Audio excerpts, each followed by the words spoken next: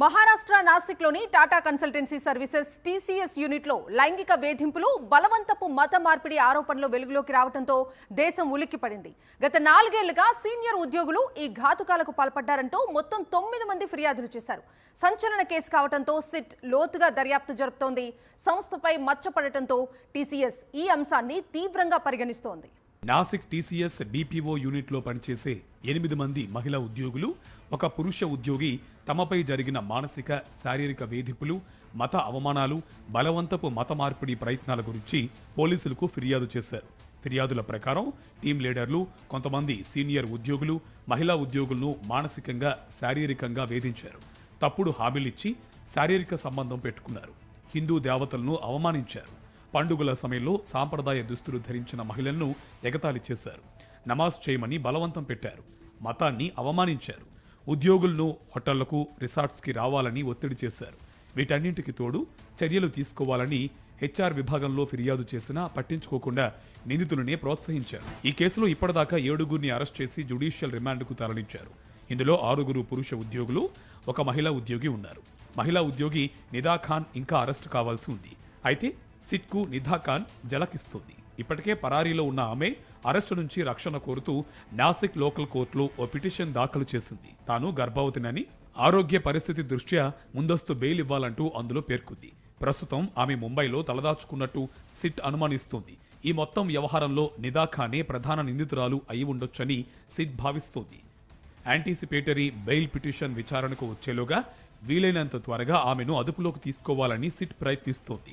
మరోవైపు వేధింపుల వ్యవహారంలో హెచ్ఆర్ హెడ్గా నిదా ఖాన్ కీలక పాత్ర పోషించినట్టు దర్యాప్తు బృందం భావించింది.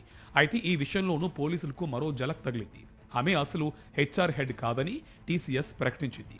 ఆమె సాధారణ టెలికాలర్ అని కంపెనీ వర్గాలు వెల్లడించాయి. పోలీసులు ఫైల్ చేసిన ఎఫ్ఐఆర్లో ఆమెను హెచ్ఆర్ హెడ్గా పేర్కొన్నారు. నిదా ఖాన్కి ఢిల్లీ పేలుళ్ల నిందితులతో సంబంధం ఉందంటూ పలు జాతీయ మీడియా సంస్థలు కథనాలిచ్చాయి. జైషే మహమ్మద్ ఉగ్రవాదిగా ఆరోపణలు ఎదుర్కొంటున్న డాక్టర్ షాహీన్ షాహిద్తో సంబంధం ఉందని ఆ కథనాల సారాంశం. దీంతో ఢిల్లీ పోలీస్ స్పెషల్ సెల్ రంగంలోకి దిగింది. ఈ విషయాన్ని ఉపేక్షించేది లేదని టీసీఎస్ అంటుంది. ఆరోపణలు ఎదుర్కొంటున్న ఉద్యోగులను కంపెనీ నుంచి సస్పెండ్ చేసింది.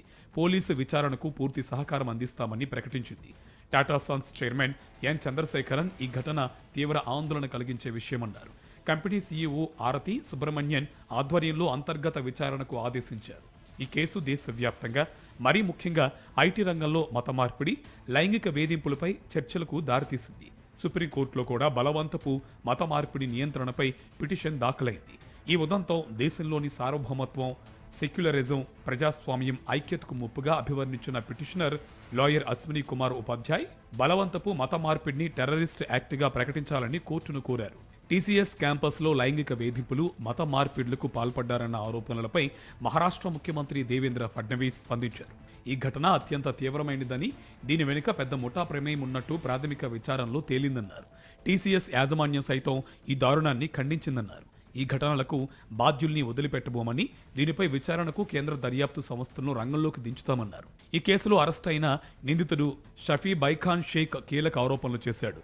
జైల్లో తోటి ఖైదీలు తనపై దాడి చేశారని కోర్టు ఎదుట పేర్కొన్నాడు.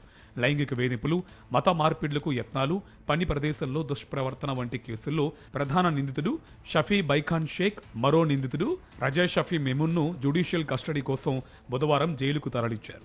నిందితులిద్దరిని గురువారం రహస్యంగా స్థానిక కోర్టులో హాజరుపరిచారు. తోటి ఖైదీలు తనపై దాడి చేశారంటూ షఫీ విచారణ జరుగుతున్న సమయంలో కెమెరా ఎదుట వెల్లడించారు. దీనిపై ఎలాంటి ఆధారాలు లేవని, వారు మోపిన ఆరోపణలు నిరూపితం కాలేదని, మరో 2 రోజులు పోలీస్ కస్టడీలో ఉంచాలని బైఖాన్, రఫీలకు న్యాయమూర్తి రిమాండ్ విధించారు. ఈ కేసుకు సంబంధించి బాధిత మహిళల వీడియోలు కొన్ని సోషల్ మీడియాలో వైరల్ అవుతూ ఉండగా దీనిపై పోలీసులు ఆగ్రహం వ్యక్తం చేశారు. ప్రత్యక్షంగా, పరోక్షంగా బాధితుల గోప్యతకు భంగం కలిగించడం నేరంగా పరిగణిస్తామన్నారు. ఈ చర్యలకు పాల్పడిన వారికి కఠిన శిక్ష పడుతుందని హెచ్చరించారు పోలీసులు.